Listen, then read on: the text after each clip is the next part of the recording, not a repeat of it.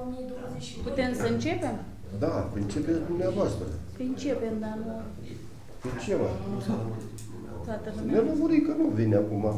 Rând, știu.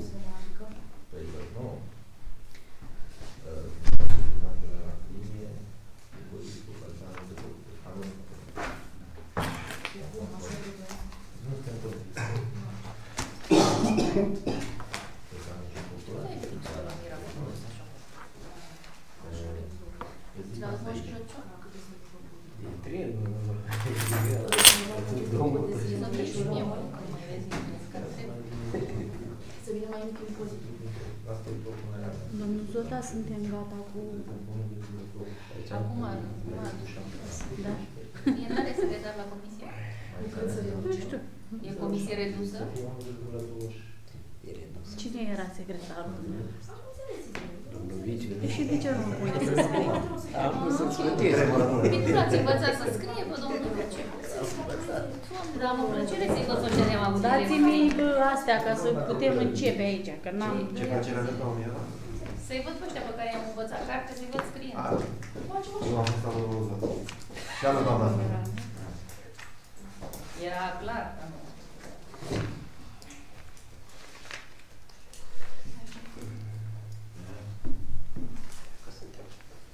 Hai să spun așa. Sfântul Ștefan? Da, Regea Ștefana. Sfântul Ștefan? E ăla nepotul, dar nu-i botezat. E și născut. Ați face. Are nume ce? Da? Da? Și Ștefan.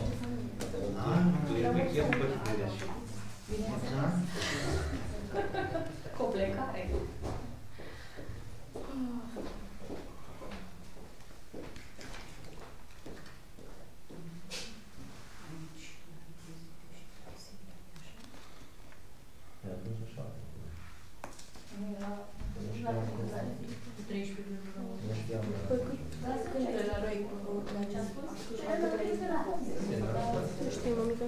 Taxele și impozitele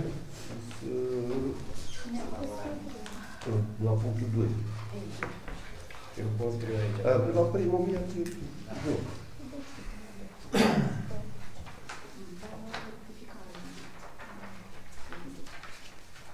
și parcă mai zice că mai e ceva, mai venit o...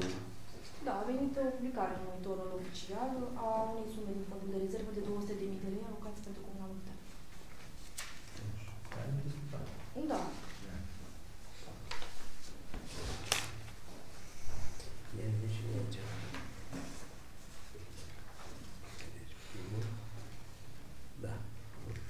Da.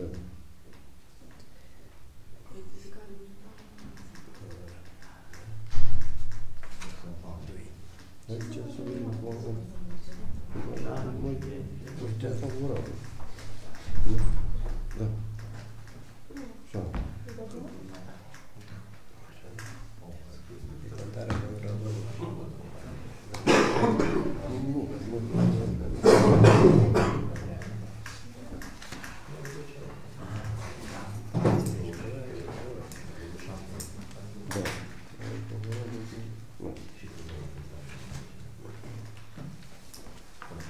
Gata? Domnul Zota. Hai să facem semne.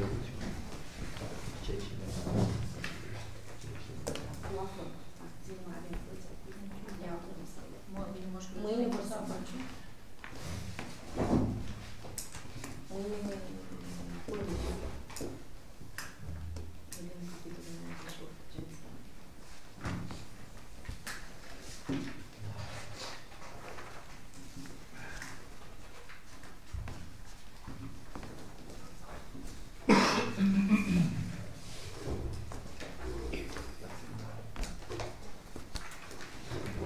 Dați-vă și Daniel să ne duci.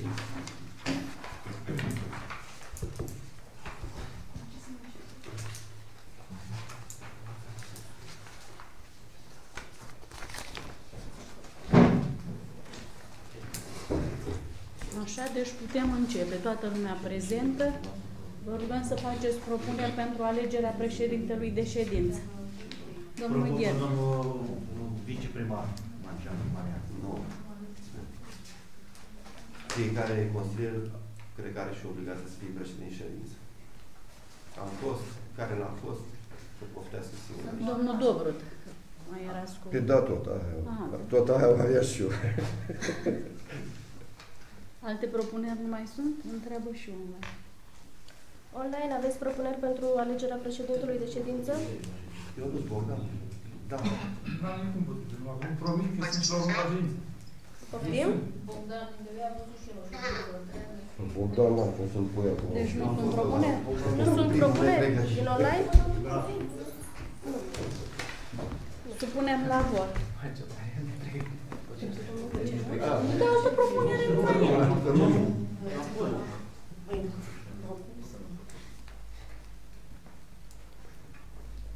Hai, Ioan, nu. Da, de ce? Deci să înțeleg, dacă nu mai sunt alte propuneri, toată lumea de acord. Eu nu-ți Da. Nu pot să fiu prezent la toată ședința. Nu, sunt prezent. Vine, da. Propuneri pentru Hai, da.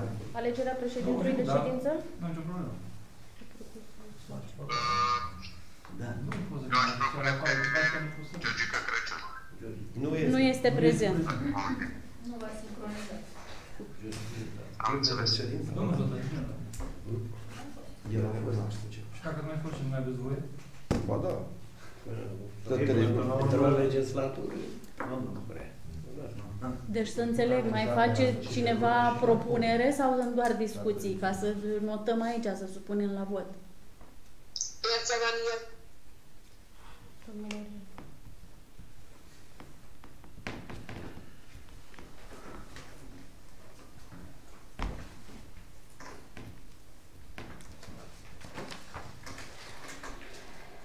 Supunem la vot.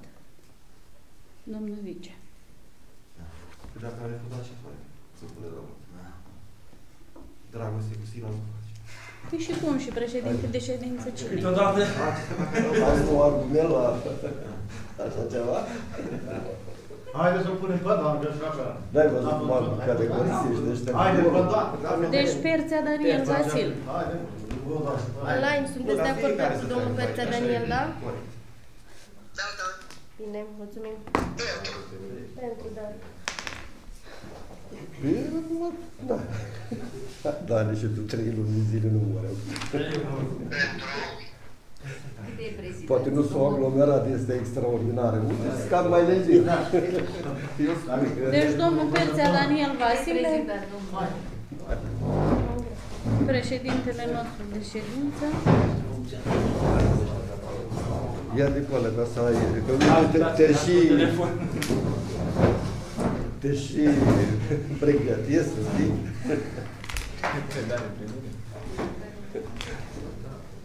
Ce să zic, bună ziua! Vă mulțumesc pentru, deși în vrea, aș mulțumi. Să înțelegem că e forțat.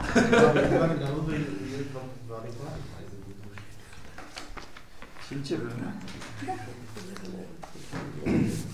În conformitate cu dispoziția primarului Comunei Lopătar, cu numărul 206 din 20 a 12 2023, se convoacă ședința ordinară a Consiliului Local Lopătari cu data de 27 a 12 a 2023. Ședința va avea loc la ora 9 în sala de ședință a Primăriei Comunei Lopătari, cu următoarea ordine de zi. 1. Proiect de hotărâre privind prelungirea valabilității planului urbanistic general al Comunei Lopătari. Inițiator Claudiu Constantin. Citiți toată... 2. Privind stabilirea impozitelor și taxelor locale pe anul 2024. 3. Privind decontarea contravalorii cheltuielilor de transport pentru funcționarii publici și personal contractual din cadrul familiei ocupaționale, administrație, din aparatul de specialitate al primarului Comunei Lopătar și al instituțiilor, serviciilor publice de interes local, înființate în subordinea, coordonarea sau sub autoritatea consilierilor locale. 4. Privind organizarea rețelei școlare a unității de învățământ preuniversitar de sat, Liceul Tehnologiei Lopătari, județul Buzău, în anul 2024-2025. 5. Probleme curente. Și mai avem proiectul acesta, Da, aici, da. hotărârea cu rectificare. Da, că a Cele sosit. două comisii Da. care au fost atunci, știu, la Da, suplimentarea. a sosit avem atunci, aici, oricum și... Da, suntem de acord să-l trecem. Da, deci aici propun suplimentarea ordinii de zi cu un nou proiect, cu un alt proiect de hotărâre, vizând rectificarea bugetului Consiliului Local. Am primit adresele astea după ce s-a făcut convocarea ședinței și atunci este nevoie să includem și asta pe ordinea de zi. Se votează mai întâi suplimentarea ordinii de zi și după aia toată ordinea de zi. Supunem la vot. Ordinea de zi. Suplimentarea. Supunem la vot suplimentarea ordinii de zi.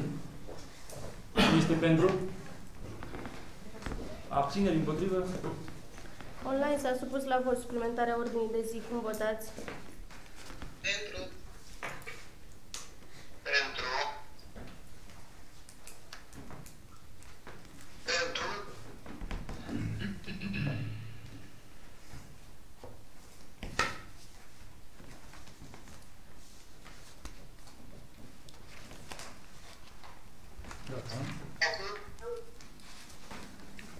L-am auzit, dar acum a răspuns. Deci toată lumea pentru. Punem la vot toată Și acum supunem la vot ordinea de zi inițial. Mulțumim.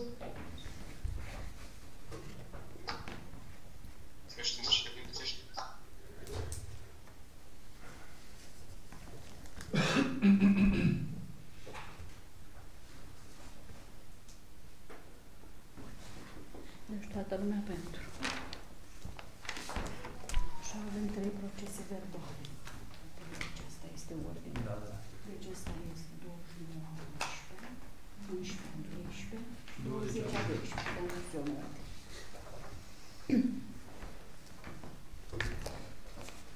Punem la vot procesul din data de... Toată data sau pe fiecare? Pe rând. Prima dată pe ăsta. Supunem la vot procesul verbal din data de 29/11/2023. Cine este pentru?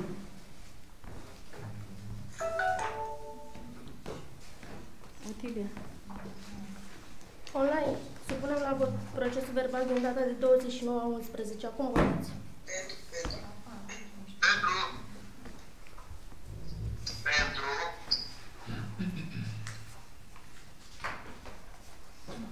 Următorul, supunem la vot procesul verbal din data de 11/12/2023. Cine este pentru? Online s-a supus la vot procesul verbal din data de 11/12. Acum votați. Și următorul, procesul verbal din data de 20/12/2023. Cine este pentru?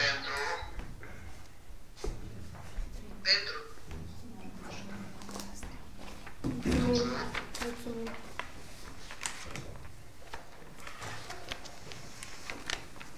Și acum trecem la ordinea de zi.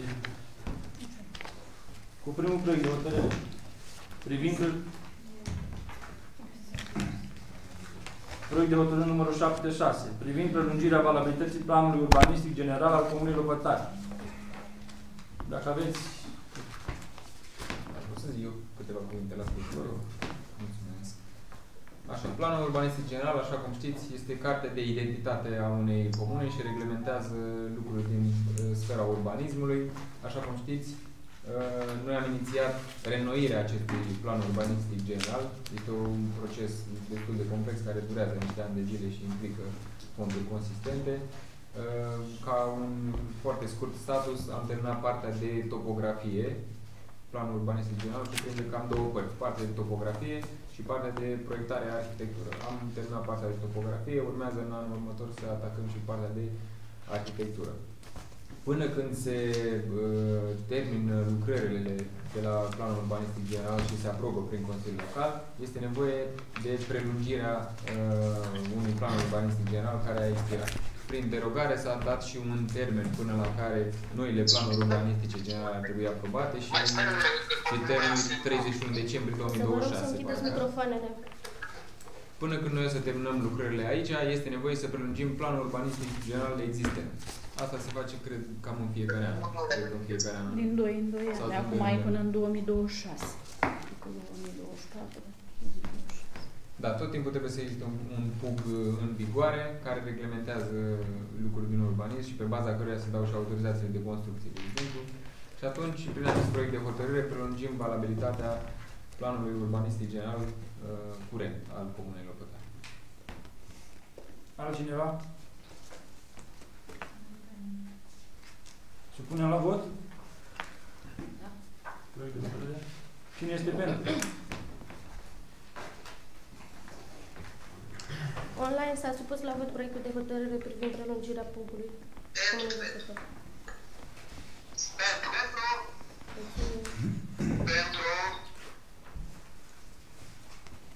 Deci 13 voturi pentru.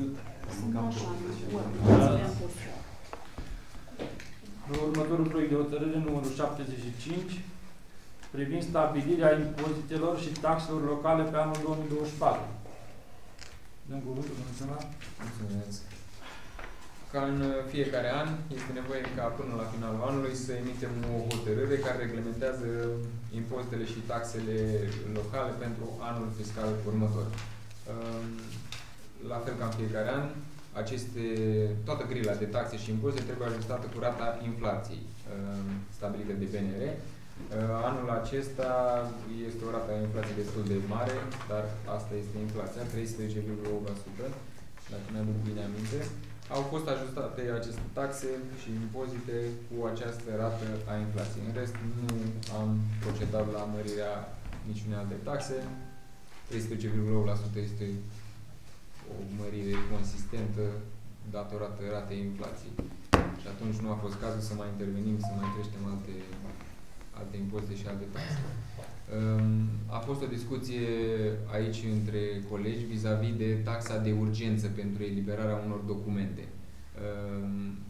Se practică de către unele primării, dacă, de exemplu, cineva solicită un document care are un anumit termen de emitere, cum ar fi, nu știu, certificatul fiscal în 3 zile. Dacă omul vrea atunci pe loc, există în general o taxă de urgență. Am tot discutat și am întors pe toate părțile subiectul ăsta și am ajuns la concluzia că cel mai bine este să ne concentrăm pe a ne îmbunătăți noi aplicațiile software interne și fluxurile de lucru, astfel încât să ne fie foarte ușor să emitem orice fel de document. Este cazul, de exemplu, certificatului fiscal pe care îl emitem la un click cu noile aplicații pe care le avem de ceva timp și atunci ne vom concentra pe a emite foarte rapid documentele de care oamenii au nevoie, decât să instituim taxe de urgență pe care oamenii să le plătească atunci când au nevoie urgentă de o hârtie pe loc. Mai ales ținând cont că majoritatea oamenilor ajung destul de greu la primărie, nu există o rețea de transport public foarte eficientă și atunci propunerea a fost să ne concentrăm pe a ne îmbunătăți noi mecanismele interne și să nu fie nevoie de asemenea taxe de urgență. De exemplu, la cazier fiscal, la certificatul fiscal este foarte simplu să le emitem. La registru agricol avem în lucru îmbunătățirea sistemului și acolo ne ia un pic mai mult timp, dar vom ajunge la final și cu modificările de acolo, astfel încât să ne fie foarte simplu să emitem și adeverințe de rol, de exemplu, foarte rapid. Cam atât în mare, nu știu dacă mai sunt alte completări. Suplimentar în grila taxelor este închirierea tractorului, când era și am prins și pe el. Era singurul utilaj care nu era prins acolo, cineva solicită, nu știu. Mai e ceva de zâmbat? Domnule președinte, stimați colegi, pentru că suntem într-o ședință publică, chiar dacă o să consumăm mai mult timp, aș dori ca să luăm acest proiect de hotărâre pe fiecare punct, ca să fie auzit și de alegătorii și concertizii noștri care nu știu despre ce este vorba și de multe ori mi se reproșează în întâlniri directe pe care le avem că ați mărit taxele și impozitele. Nu le-am mărit, uite. Unele sunt mărite printr-o ordonanță de urgență, altele putem să mai umblăm la ele, mai ales la cele care aparțin Consiliului Local. Dacă sunteți de acord cu propunerea mea. Să punem la vot? Domnul Ducă. Înainte de a o completare de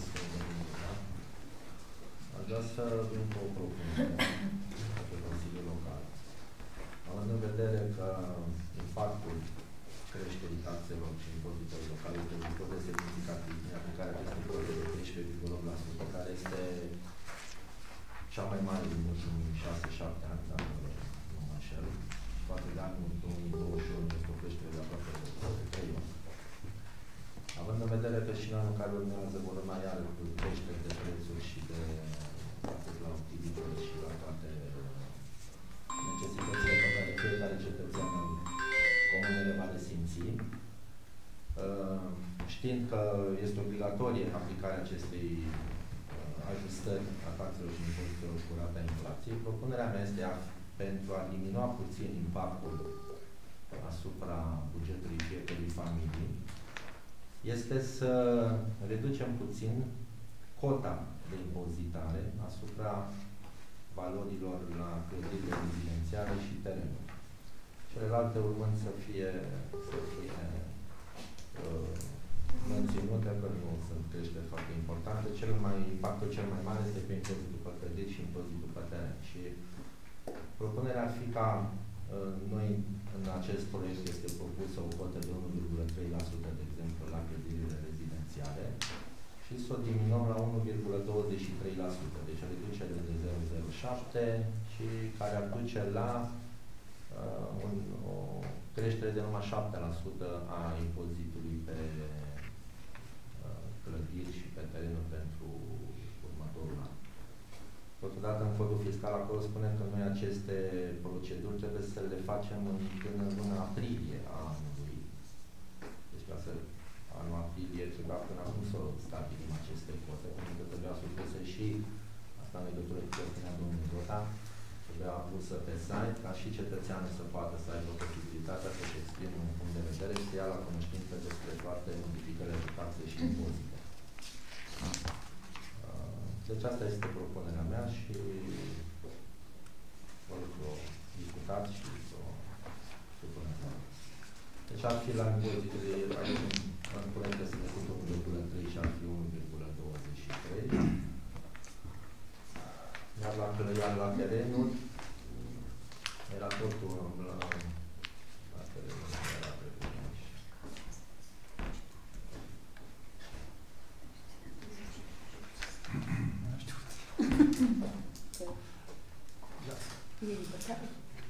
Și aici. Atât am două lucruri, n-am mai...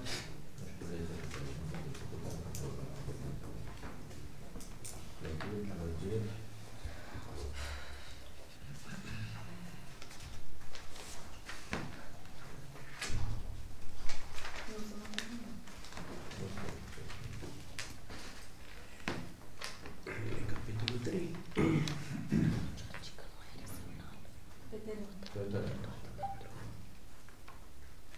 Auziți? Da, domnul Georgică, vă auzim. Cred că nu aveți semnal. Probabil nu am fără semnal, eu sunt de acord cu am dat și mesaj. Da, în regulă. După ordinea de zi, dacă nu mai am semnal. Bine, bine, vă mulțumim. Nu am nimic, nicio opțiune. Bine, mulțumim.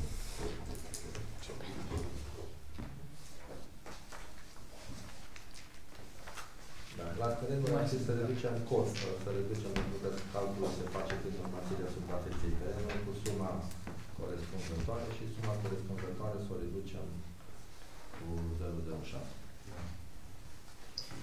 Dacă permite, da. Spune la vot. Sunt de acord cu propunerea domnului dr. Bana, pentru că ca și oamenii să simtă și să dau banii și să... Sunt de acord și cu propunerea la domnul Zota și cu domnul... Dar nu mai bat. Cum? Nu mai bat calculele. Nu mai bat dacă se scad. Dacă se scad, nu mai bat calculele. Ce avem noi aici? Așa că trebuie să renunțăm la una de propunere. Mai avem aici, adică dacă se permite, mai avem aici cu referitor la taxele astea de salubrizare. Am discutat în cadrul comisiei. O propunere făcută este de 13 lei de persoană. Noi am discutat în comisie și venim cu propunerea următoare, ca această 13 lei să scadă la 10 lei. ceea ce mai trebuie pentru ca să funcționeze acest serviciu de salubrizare, propun o subvenție de la bugetul local, așa cum fac toate primăriile.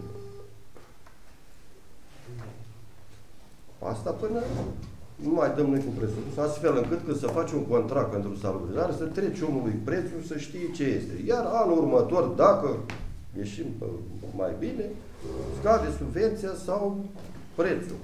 Și așa e destul de mare, și 10 lei. Eu am făcut propunere, acum, dacă dumneavoastră sunteți de acord.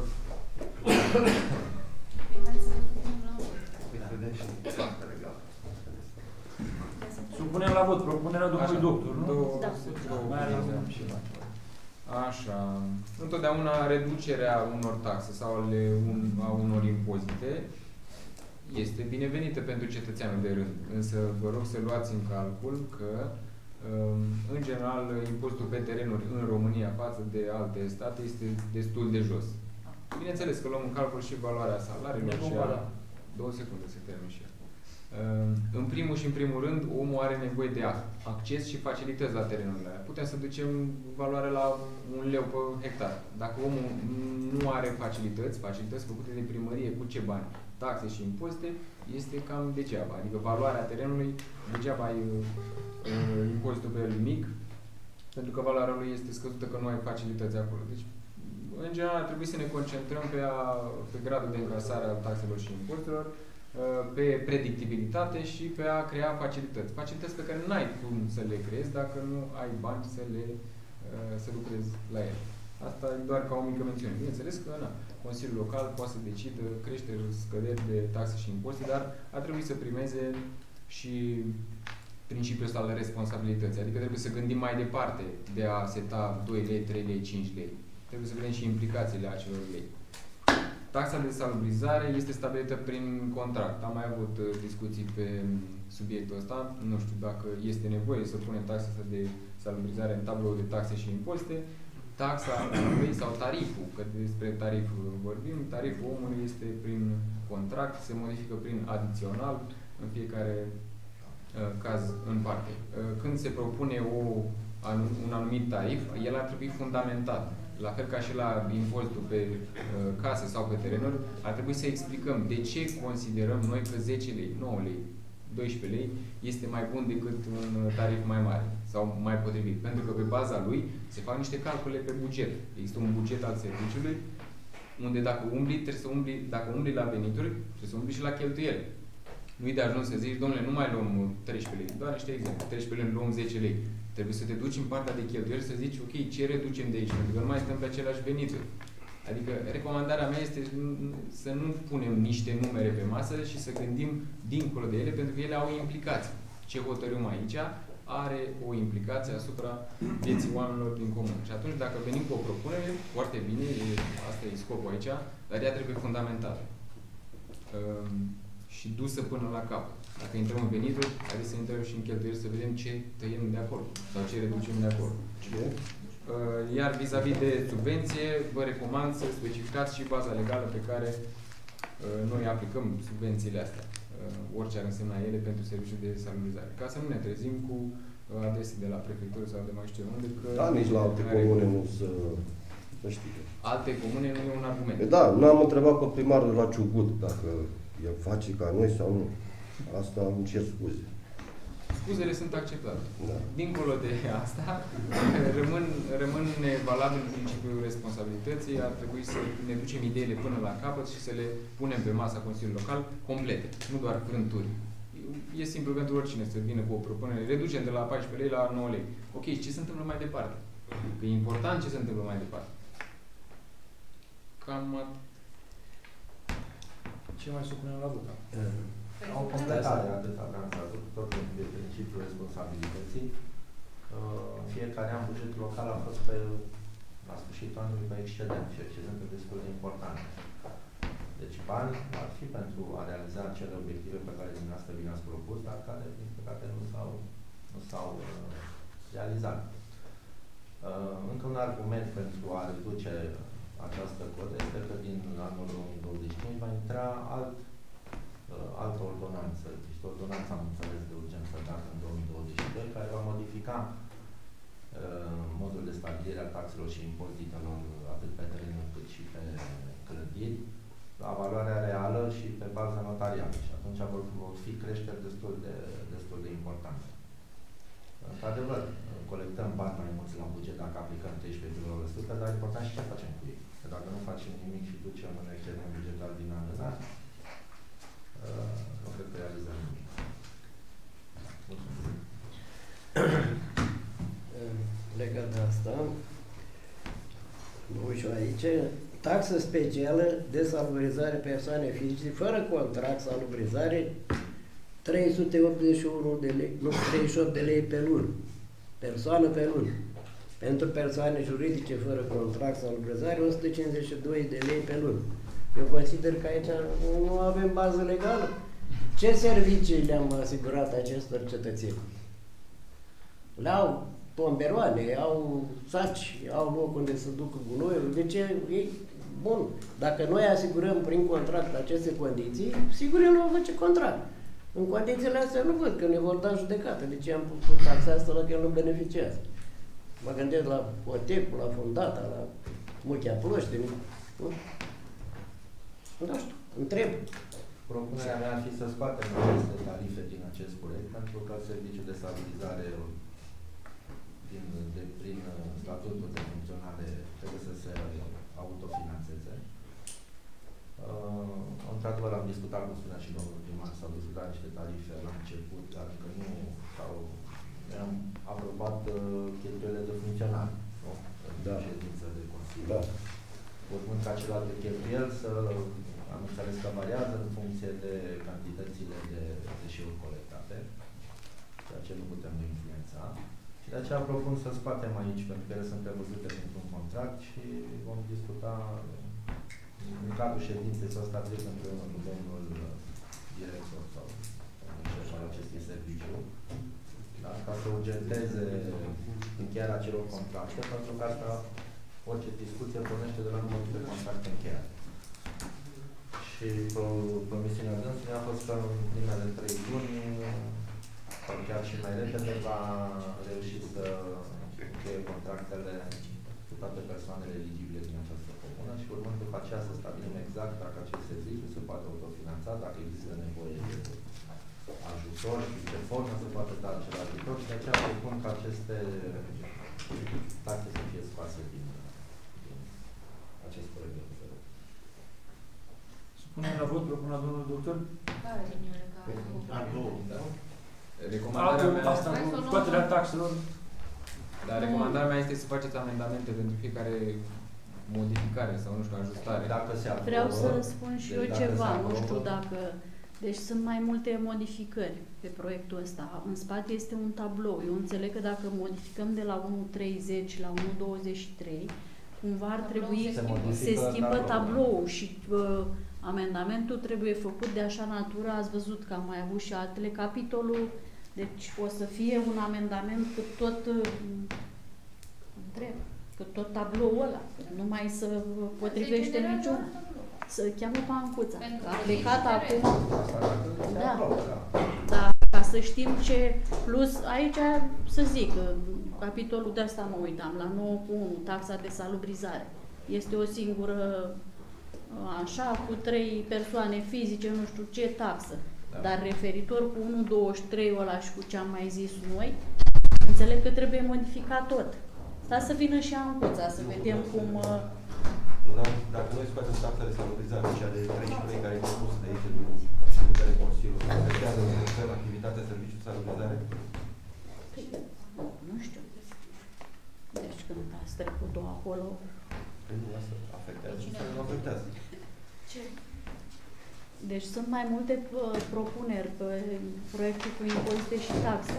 Deci dacă modificăm de la 1.30 la 1.23, cum a spus domnul doctor, și dincolo 0,10% sau cât era 0,7%, înțeleg că se modifică tot tabloul ăla. Da.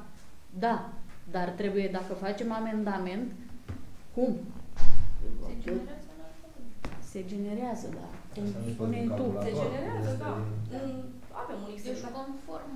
Ca să știm ce avem de făcut. Eu cum sunt acum, ăsta... Trebuie să-l modificăm. Pur și simplu. La clădiri și clădiri la și terenuri. terenuri. Da, se aplică această cotă la clădiri și terenuri. Aș fi făcut un calcul, să vedem care este impactul acestui amendament. Adică care e impactul... Trebuia să faci până acum. O creștere de 7% este cel puțin spre buget. Așa. 007 vine, nu? Da. 1,30, 0,07.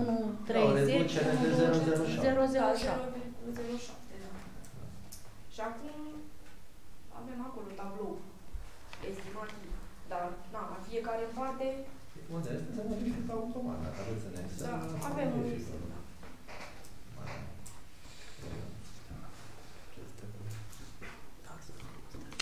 Da. Această cotă se va transmite mai departe de la program, se va calcula la fiecare contribuabil în parte, impozitul în funcție de cod și de inflație. Așa, și inflația se aplică la așa cotă. Inflația se va aplica la această cotă. Da.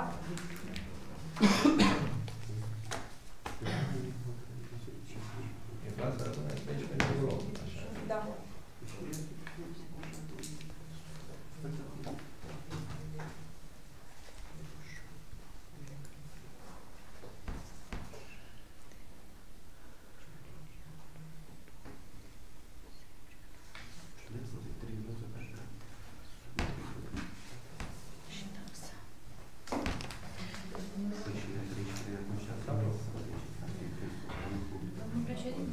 Supunem la vot propunerea domnului doctor de la 1,3% la 1,23%. Da. Și de la 10% la 0,07%.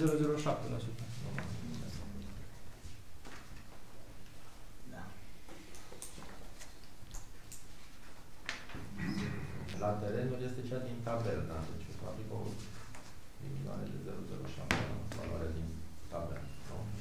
La teren. Da, de la 10% și...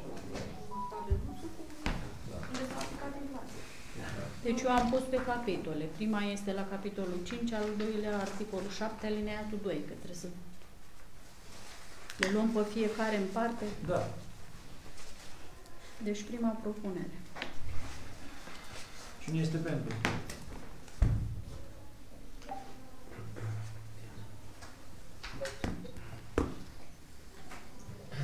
Online. Domnul Vice. Gândiți-vă.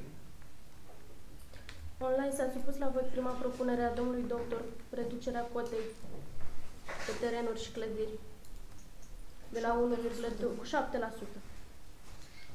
Cum votați? Nu cu 7. De la 1,30% la 1,23%. Vine 0,07.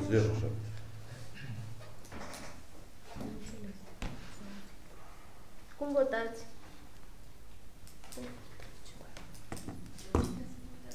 Eu mă abțin. Alina Ungureanu se abține? Da.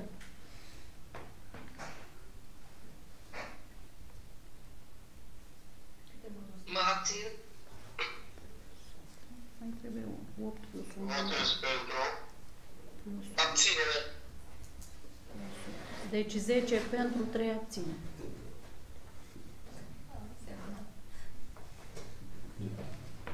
Așa, a doua propunere. A doua propunere la articolul 7, alineatul 2? Da. Cine este pentru?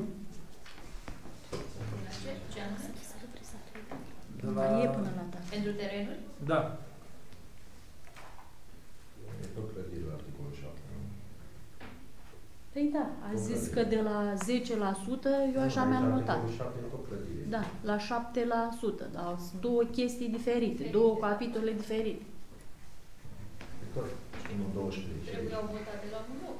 Păi, erau impact asupra ambelor. două, am întrebat, votăm diferit, a zis... Online, cum votați a doua propunere a domnului doctor pentru clădiri, domnul? Da, da. La 7 e juridic. Mă abțin.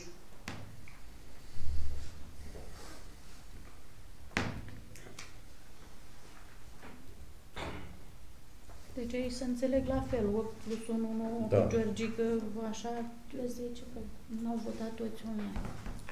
Domnul Cristi, domnul Alin, Votez pentru. Deci, 10, domnul Georgică. Georgică nu mai e. Abținere. Da, hai intrat. Abținere și eu. La fel. Așa, deci asta a fost pe capitolul 5. Și articolul 7. Și mai aveam capitolul 9 cu 1 cu salubrizare. Astea au fost propunerile, da? Da. Propunerea dumneavoastră. Vă rog. O să intervin. În ceea ce privește punctul 9 din cabloul pentru taxe și impozite,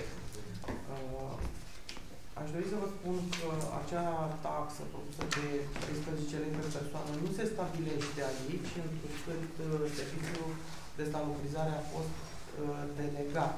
Da? Deci nu mai este stabilită de către Consiliul Local în cadrul acestui tablou de taxe și impozite, ci în anexa unei hotărâri stabilite anterior.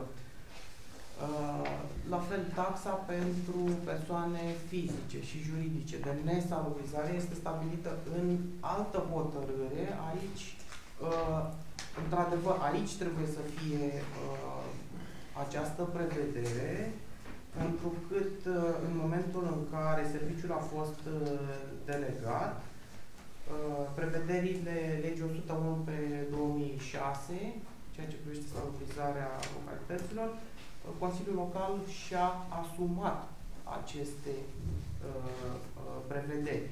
Practic, o lege, dacă nu are sancțiuni, nu prea este lege. Da? Sunt doar niște norme de urmat. Deci, propunerea mea ar fi pentru dumneavoastră, hotărâți, scoaterea acestei taxe de aici și calcularea ei conform unei fișe de fundamentare, astfel încât să ajungem la un preț rezonabil, însă păstrarea acelei taxe de nesalubrizare care este în raport cu prețul pe persoană fizică și juridică stabilit de către Consiliul Local. Dar, vă reamintesc, acest lucru se face ca urmare a unor calcule.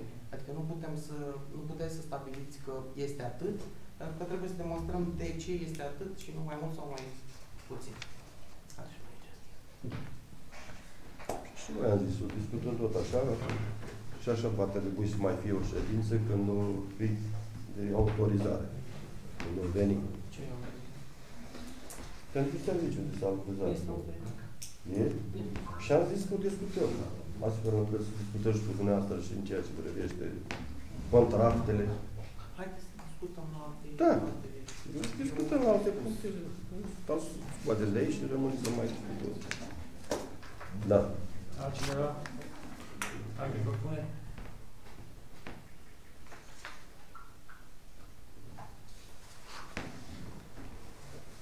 Cu alte cuvinte, dacă se scot aceste prevederi, practic știrbiți autoritatea unui serviciu public. Eu nu mai am nicio fel de forță de coerciție asupra contractelor. Cine vrea, vrea, cine nu vrea, nu vrea. Nu mai civilizăm, cine știe vrea. Nu, eu cred că domnul Zota s-a referit la situația în care nu asigură primăria condițiile optime pentru ca omul să facă contractul, din rea voință. Aici cred că a fost... Da. Aici putem discuta, pe subiectul acesta putem discuta, însă vă spun care este obligația mea de a face ceva.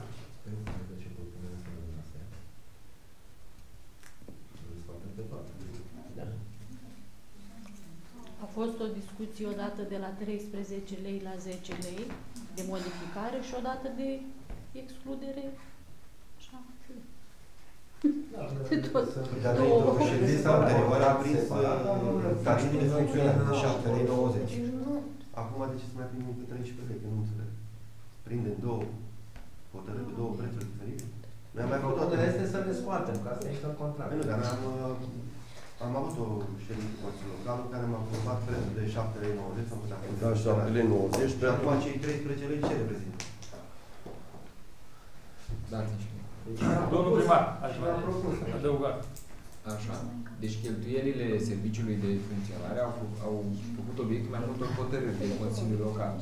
În toate calculele care s-au făcut și din discuțiile pe care le-am avut și cu cetățenii și aici la masa Consiliului Local s-a agreat ca fiind un tarif normal cel de 13 lei la persoană fizică, de persoană. Așa este fundamentat și bugetul, mai jos nu ai cum să te duci. Taxa asta, tariful ăsta, așa cum am zis, este specificat și calculat și fundamentat prin niște hotărâri de Consiliu pe care le avem deja. Nu avem cum să intervenim prin tablou de taxe și impozite peste fundamentarea făcută de alte hotărâri de Consiliu. Mie nu e clar care este propunerea aici sau care e propunerea. Există... Deja a fost introdus în tabelă. Așa, există o taxă de necontact, cum este ea cunoscută informal. Așa cum știți, prin lege, contractele sunt obligatorii, contractul de salubrizare. Cum asigurăm colectarea la gospodăriile oamenilor este alt subiect și l-am discutat la discuția pe care am avut-o cu cetățenii săptămâna trecută. Am intrat prin toate aspectele astea și prin toate îngrijorările astea și ne-am făcut foarte cunoscute punctele de vedere și strategia noastră vis-a-vis de colectarea deșeurilor prin toată comuna. Știm deja că avem unele provocări în anumite zone, am discutat despre cum intervenim pe ele, cum putem să ameliorăm situația, s-a cam lămurit. Nu văd ce relevanță are discuția asta cu colectarea prin fundata sau cotecul vis-a-vis de taxa asta. Asta e, hotărâți-vă ce anume vreți schimbat la tabloul ăsta de taxe și impozite. La fel, taxa de necontract este prevăzută de lege, nu e o opțiune, nu e la latitudinea cuiva. S-a stabilit procentul de 2,9 sau ceva. Este reglementată și taxa asta de necontract și atunci... Na. Eu cred că aici discuția a fost că dacă este stabilit un contract, nu avem ce să le punem aici, pentru că 13 astea va varia. Nu este același tarif pe parcursul anului, nu? Da.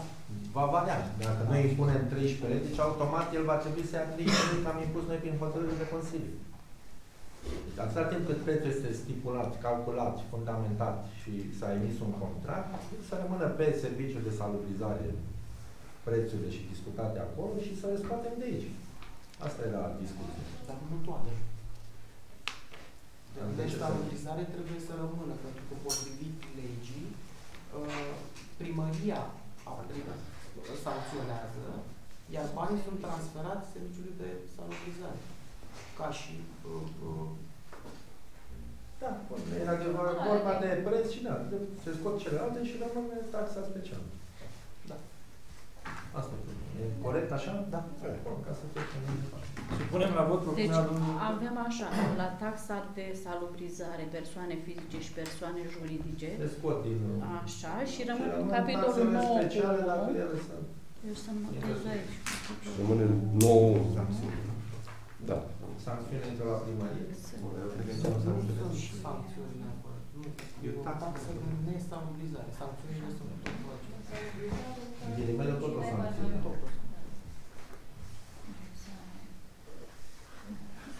Supunem la vot. Cine este pentru? Online s-a supus la vot propunerea domnului doctor. Ultima propunere.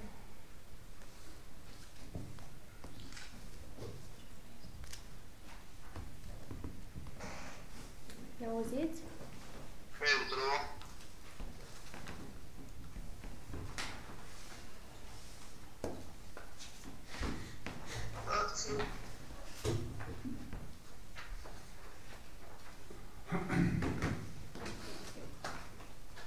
Cine mai are? Domnul Alin, George e pentru. Împreună cu Răsănil. Sunt. Pentru la toate.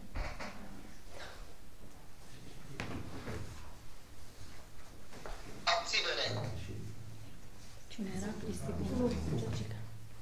Georgica? Cristi pentru. Deci nu te zi nominal aici.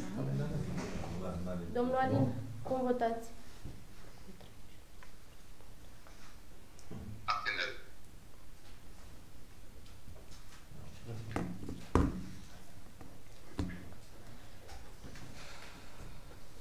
10. Pentru 3. Abține.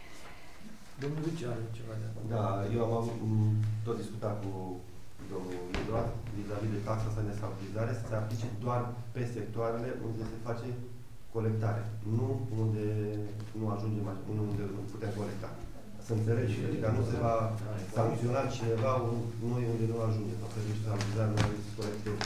Dar nu mi se pare corect dacă mașina merge și face colectarea deșeurilor, cineva se refuze să facă contract. Nu este în regulă. Și atunci am discutat împreună și s-a luat hotărârea să se aplice aceste sancțiuni sau taxe unde se face colectare și oamenii. Asta auzi și eu. Da, asta. Deci am văzut că nu s-a înțeles. Aici mai am eu o mențiune scurtă. Colectarea trebuie făcută peste tot. Cum o facem, cu ce utilaj, cu ce mașină, depinde. Dar colectarea trebuie să se facă peste tot, la fiecare casă. Cum facem asta? Da, cu căruță, cu tractor, cu mașina de colectat, dar ea trebuie făcută. Deci nu văd unde e problema, unde nu se colectează peste tot. Peste tot trebuie colectat. Da, vă vorbim de acum înainte. În momentul de față, înainte. Da, înainte. Da, înainte. De aici înainte trebuie colectat peste tot. Oamenii au înțeles că sunt zone unde nu ajung mașina și că sancționă, nu trebuie să sancționăm, că nu ajungem noi. Ajungem săptămâna viitoare. Dar ai spus că nu s-a înțeles. Zic că ei nu au înțeles, asta au înțeles. Ei au înțeles, domnule, dacă nu ce să dea ea pentru hai ca să-i bani. Și nu discuta cu ei, i-a spus că am fost și în teren. Ambiția nu este promovarea datorită reliefului, nu putem peste tot să le luăm din fața porții. Că e din fața porții sau două porți mai acolo, e altă discuție.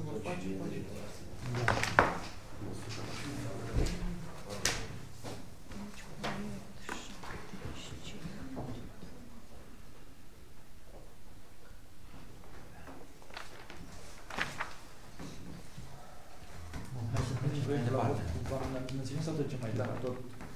Acum să punem la vot proiectul cu cele două amendamente. Cine este pentru? De fapt, două proiecte. Amendamente. Amendamente. Online se supune la vot proiectul în formă modificată cu cele 3 amendamente.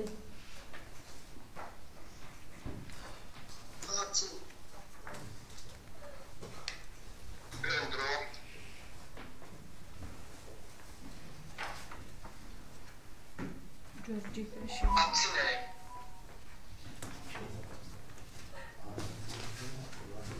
Nu mai e posibil. Alin Ungureanu. Domnul Alin, cum votați? Pentru. Deci, 11 pentru și 2 abțineri. Eu zic așa, să fie un singur amendament cu toate minunile, nu 3, e bine așa. Adică nu are rost să fac 3 pe același proiect de hotărâre. Un singur amendament cu toate capitolele. Bun, trecem mai departe. Trecem mai departe la proiectul de hotărâre numărul 73, privind decontarea contravalorii cheltuielor de transport pentru funcționarii publici și personalul contractual din cadrul familiei patronale, administrației din aparatul de specialitate al primarului Comunei Lopătari și al instituțiilor și serviciilor publice de interes local, înființate în subordinea, coordonarea sau sub autoritatea consiliilor locale. Cine are de... Domnul primar. Așa, mulțumesc. Recent a ieșit legea 177 de 2023 care reglementează decontarea cheltuielilor legate de transport. Care reglementează decontarea cheltuielilor legate de transport pentru personal contractual, funcționari publici și întregul aparat al autorității locale. Până acum nu aveam o reglementare foarte clară și de asta nici nu am venit în Consiliul Local cu astfel de propunere. Înțeleg că unele primării au avut în trecut propuneri de genul ăsta. Mi se pare la limita legalității. Cert e că de aici încolo, pe baza legii 177, putem să decontăm transportul colegilor care nu locuiesc în în satul în care își au locul de muncă. În speță, satul Lopătari. Aici e locul de muncă. Cine vine din altă localitate își poate deconta transportul conform procedurii pe care am detaliat-o și la proiectul de hotărâre. Este o metodă de a suplimenta un pic veniturile colegilor care vin regulat zi de zi din altă localitate și atunci mi se pare oportun să putem să facem asta strict în condițiile impuse de lege. Acolo se reglementează ce înseamnă localitate, care e procedura de solicitare a acestor decontări și cam tot ce este nevoie. Dacă sunt discuții, avem discuții. Se poate spune Ancuța care sunt persoanele respective care cer, adică cer. Normal că trebuie să fac o cerere, că eu am văzut că e o cerere. Nu a cerut nimeni, în momentul în care va veni cineva cu cerere, o să... Deci noi aprobăm ceva care... Păi avem... Da. Dar aici s-ar include mulți, spre exemplu. Domnul Vice, doamna Palade, domnul Grozavu, mai sunt. Nu știu ce am mai... Există norme de aplicare a legii? Există un regulament, există un proiect de hotărâre de guvern în lucru care cumva coincide cu regulamentul pe care l-am pus noi în spatele hotărârii. Dacă se va emite un alt act normativ care atinge subiectul ăsta, bineînțeles că vom lua act de dacă se impun modificări. Și momentan știm cu ce lucrăm. Persoanele au posibilitatea să aleagă dacă vor de cont, dacă își fac naveta cu mașina personală sau cu transportul în comun. Adică la noi la învățământ, indiferent cu ce vii, decontul se face la valoarea unui abonament de transport în comun. Dacă există transport în comun în localitatea respectivă. Exact. Adică restul de confort îl plătește fiecare din buzunar, dacă își dorește să vină cu mașina în fiecare zi și nu cu... Deci valoarea de contului să fie stabilită la valoarea unui abonament de transport în comun. Decontarea transportului la învățământ și la administrație se face în mod diferit. Până acum, învățământul a avut un fel de bază legală, exista o procedură de decontare, probabil este cea pe care o descrieți. La administrație, abia acum s-a reglementat treaba asta. Eu știu cu siguranță că nu avem transport în comun care să asigure transportul omului la ora 8 la primărie și de la 4 încolo la el acasă. Adică nu are cum să vină Dan la ora 6 cu Adelin de la Plai. Am dat doar un exemplu. Deci nu avem transport, rețea de transport în comun care să asigure ajungerea la programa omului. Și atunci, da, rămâne cel mai probabil varianta utilizării autoturismului personal. Da, da. Asta e pentru distanțele scurte și pentru, dar din Buzău aici există posibilitatea. Dacă există transport în comun care să mă asigure pe mine că omul ajunge la 8 fără 5 și după aia la ora 4 să poate să ajungă acasă, sigur, mergem pe varianta asta. Dar eu nu cred că există. Alte discuții? Nelămurire. Eu mă gândeam aici, e vorba de cheltuielile de transport, de deplasare în interes de serviciu. Acestea sunt reglementate de altă lege sau? Despre asta e vorba, să ajungă omul la interes de serviciu și să nu, plece de la serviciu. aici altceva. Eu am făcut naveta de la Lopătari la Lungile 46 de ani. N-am cerut niciodată să mă duc pe jur 30 și n-am cerut niciodată să-mi plătească să mă duc eu la serviciu. Și pe firmă aici scrie Primăria Comunei Lopătari, nu satul Lopătari. Consiliul Local al Comunei Lopătari, nu satul Lopătari. Care e propunerea mea? Propunerea mea că trebuie văzută. Nici dumneavoastră văd că normele astea de aplicare. Deci care păi da, o să declanșăm, deschidem cutia Pandorii să vedeți ce o să ceapă și pe la școală. Da? Așa cum am zis, se reglementări diferite. Școala avea deja procedură. Și din nou, noi nu avem treabă cu școala aici. Nu, primăria asigură o finanțare complementară. Eu sunt în Consiliul de Administrație la școală, sunteți dumneavoastră, că m-ar întreba ce le spun. Bă, vezi că voi aveți altă legislație. Nu știu ce să vă spun eu dumneavoastră să le răspundeți la întrebările pe care le veți primi. vă documentați și le răspund în cunoștință de cauză. În casă la lucrătar trebuie să-mi dați, că am n-are. Te muți la Ploiești? Nu, la Buzău. Primesc în casă. Altcineva? Și are timp și casă. Mai are cineva întrebări? Supunem la vot proiectul de hotărâre. Cine este pentru?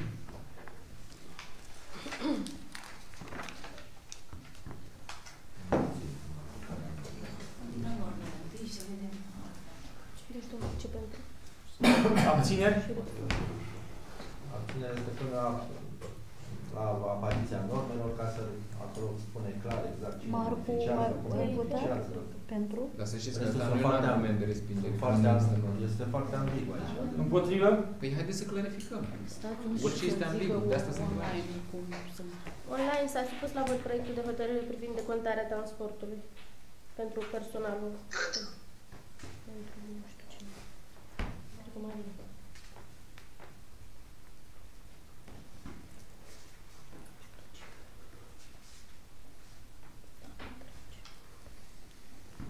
Domnul Cristi, domnul Georgică, domnul Alin. Abținere. Pentru. Pentru și eu.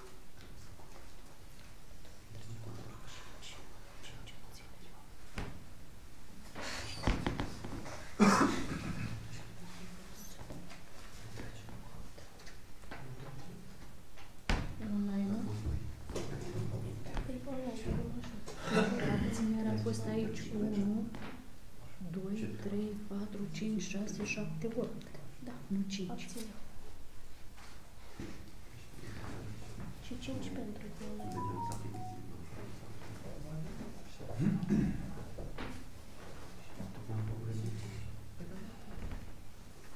Deci 8 abțineri, 5 pentru. Am și eu ceva de spus. Restrângeți un drept al colegilor, să știți. Da, am ceva de spus aici, pentru că dacă se poate. Vă rog. Într-o foarte mare măsură, acest proiect de hotărâre mă vizează pe mine pentru că sunt persoana care vine de la cea mai mare distanță față de localitatea unde lucrez. Și vă spun în următorul fel. Eu, ca să ajung aici la ora 8, ar trebui să plec la ora 5:30 de acasă, teoretic.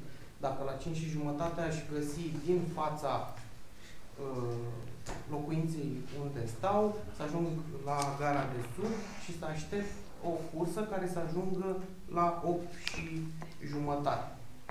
Da? Ca să mă duc înapoi, exact procedura inversă. Asta ar însemna că eu ar trebui să particip undeva la 14 ore pe zi într-o muncă pentru Comuna Locătar, pentru bunăstarea Comunei Lobădani.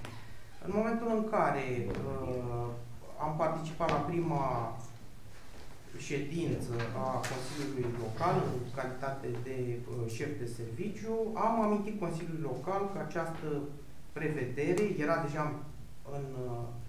în stadiul de proiect legislativ și că de la 1 ianuarie se știa că intră, dar de-abia acum au venit normele de aplicare și regulamentul de aplicare. Și eu m-am bazat pe acest lucru, da? Și timp de 6 luni, cu mici excepții, am cheltuit din bugetul propriu, din salariul propriu, cheltuielile de deplasare la serviciu. În urma hotărârii Consiliului Local de a indexa salariile serviciului de salubrizare și aducerea acestora conform normelor în vigoare, practic, eu încă o dată mă văd nevoit să-mi scad din ianuarie 2024 aceste cheltuieli cu transportul. Ori nu cred că devine rentabil. Nici pentru mine, nici pentru alți colegi. Înțeleg, dacă aș fi stat undeva mai aproape, cheltuiala ar fi fost suportabilă. Dar de la 1 decembrie intervine o nouă taxă pe carburanți, prețurile se vor mări și practic mie nu îmi mai convine să mai vin la lucru.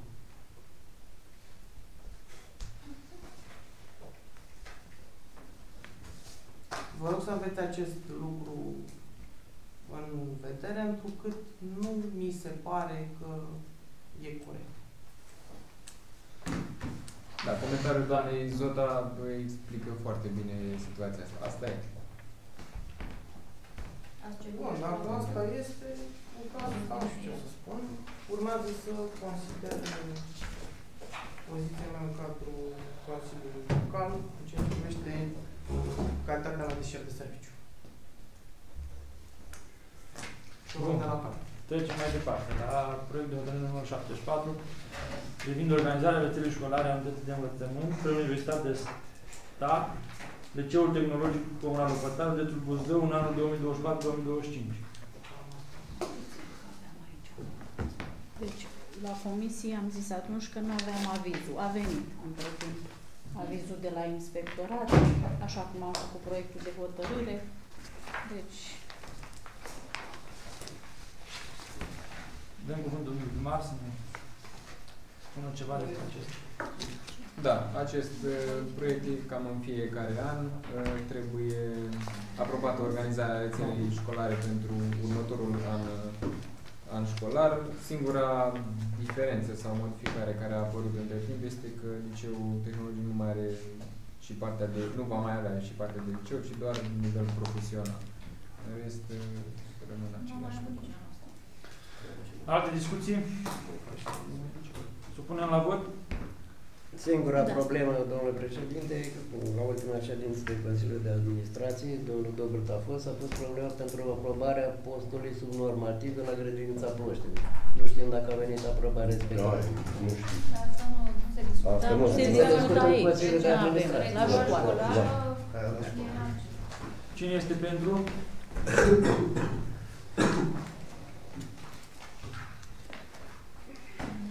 Online s-a supus la vot proiectul de hotărâre privind organizarea rețelei școlare a unității de învățământ.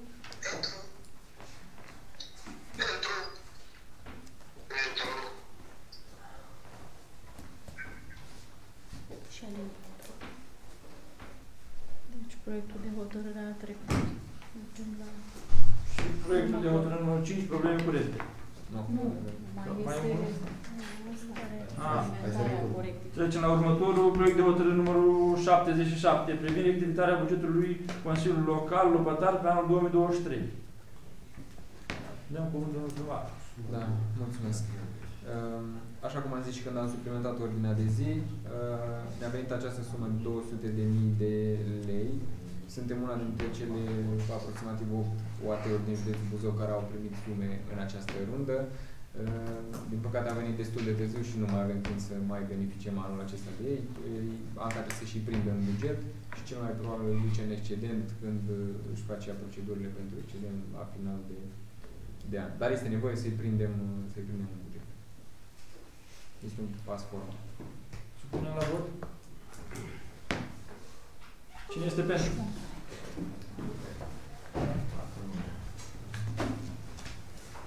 Online s-a supus la vot proiectul de hotărâre privind rectificarea bugetului.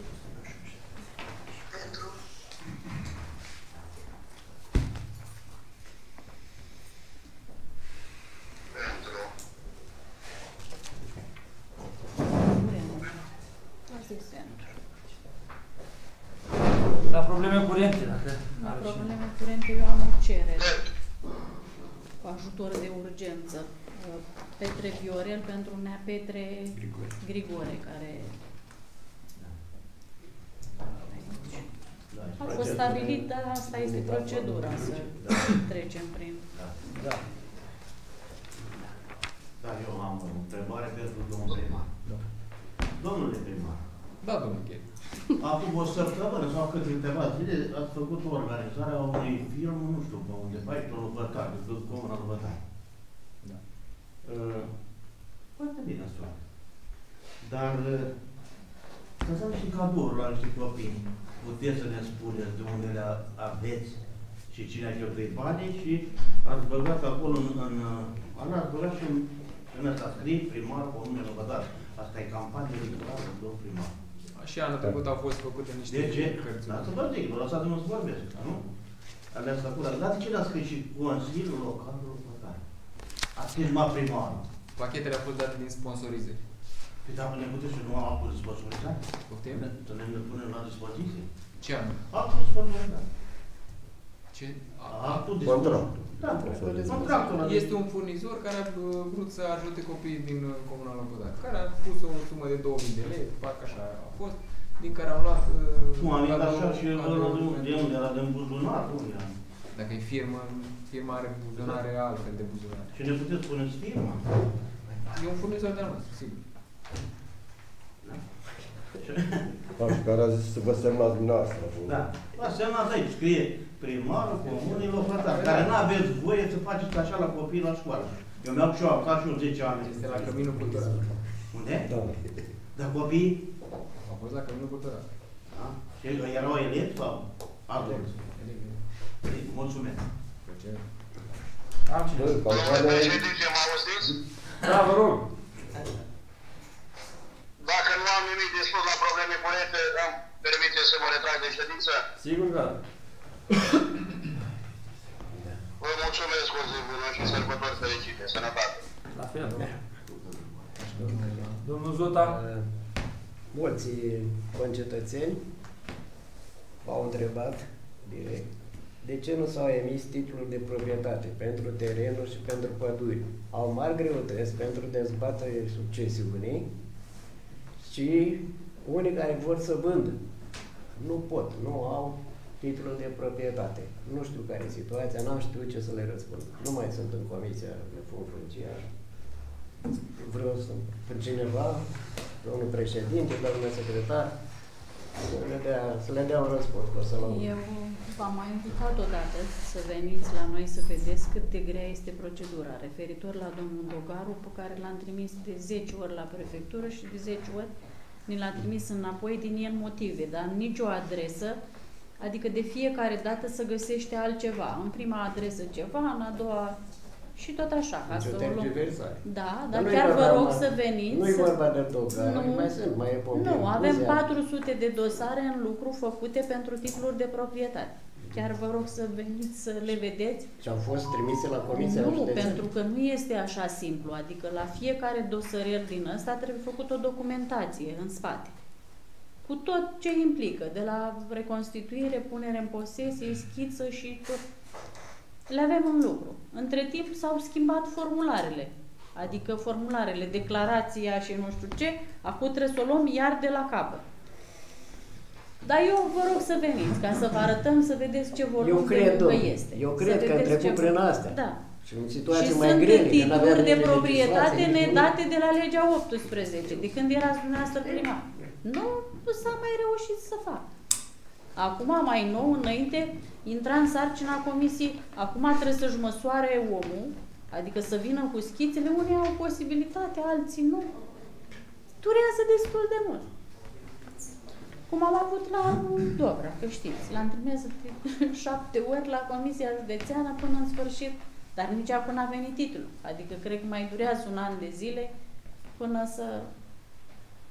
E foarte greu. Da. Vis-a-vis de emiterea titlurilor de proprietate, ați fost primar atâta timp, după aia, după dumneavoastră, au urmat și alții și stăteam puterea dumneavoastră să faceți progres pe partea asta a emiterii titlurilor. Asta nu e poveste din 2020 încoace, e poveste de la legea 18 încoace. Ține de primar să se facă progres pe partea asta.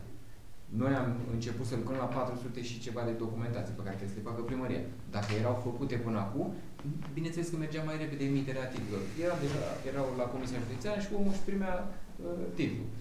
Cărți funciare gratuite în programul ăla. De ce nici dumneavoastră, nici cine a venit după dumneavoastră, nu s-a băgat niciodată în programul ăla de cărți funciare gratuite? Că și el ajută. Îl ajută pe om să-și aducă actele la zi. E de mult timp, să știți. Vă luați de la Adam și Eva, că eu nu am prins aceste reglementări, dar am prins 3 legi. 18 11 parcă și 1 pe 2000. 1 pe 2000. 3 legi a prins. Le-a bătut cap în cap, că asta e o piramidă cu vârful în jos. Veniți și ajutați. Dacă vreți progres pe partea asta, la fel ca și pe alte direcții, veniți și ajutați-ne cu experiența pe care o aveți, ca să putem să mergem mai departe. Asta spun la campanie. Și pe direcția. Domnul Dobrotei, lipsă de respect. Respectul este reciproc, să știți. Bun. Așa, o singură problemă curent am și eu. Din ianuarie o să publicăm pe site-ul primăriei raportul de activitate al primarului, raportul anual pe care îl știți deja, raportul șefului serviciului, raportul consilierului primarului și vă invit și pe dumneavoastră în calitate de consilier local să vă prezentați la registratură rapoartele anuale, pentru că așa e normal și așa prevede codul administrativ. Le puteți depune la registratură și de acolo se ocupă fata de publicare pe site. Așa este normal să o faci. Mai avem o întrebare.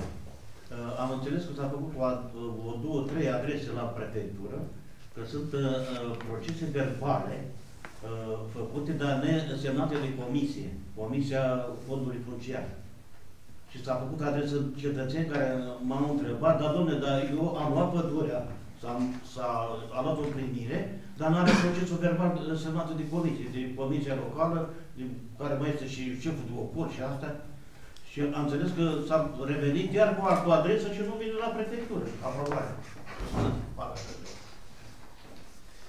Probabil domnul Gheri se referă la procese nesemnate de... De exemplu, e Dumitrașcu ăsta care stă... procesele verbale de pădure. Dar știți că am mai discutat, pentru că este din cauza ocolului Silvic care nu semnează procesul verbal de punere în posesie și nu de acum, de 4-5 ani, zic. S-au făcut adrese la prefectură. S-au făcut mai multe adrese la prefectură, dar ocolul nu mai semnează pe considerentul că nu s-a făcut trecerea din domeniul public al statului în domeniul privat al statului referitor la pădure, că nu se bagă ocolul pe teren agricol. Dar știți, noi am solicitat și pentru Obște și pentru diferența de teren care o mai avem și de primit, să ne punem la dispoziție. Niciun proces verbal nu este semnat. Am întrebat și eu. Depinde de Romsia.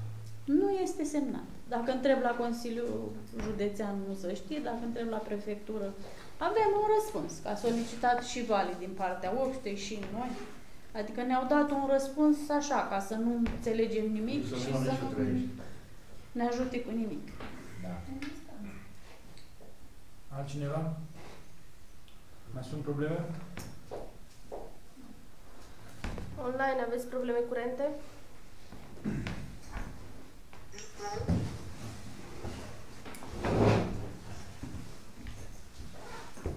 Astea fiind spuse, încheiem ședința ordinară. Sănătate și la mulți ani! Mulțumesc!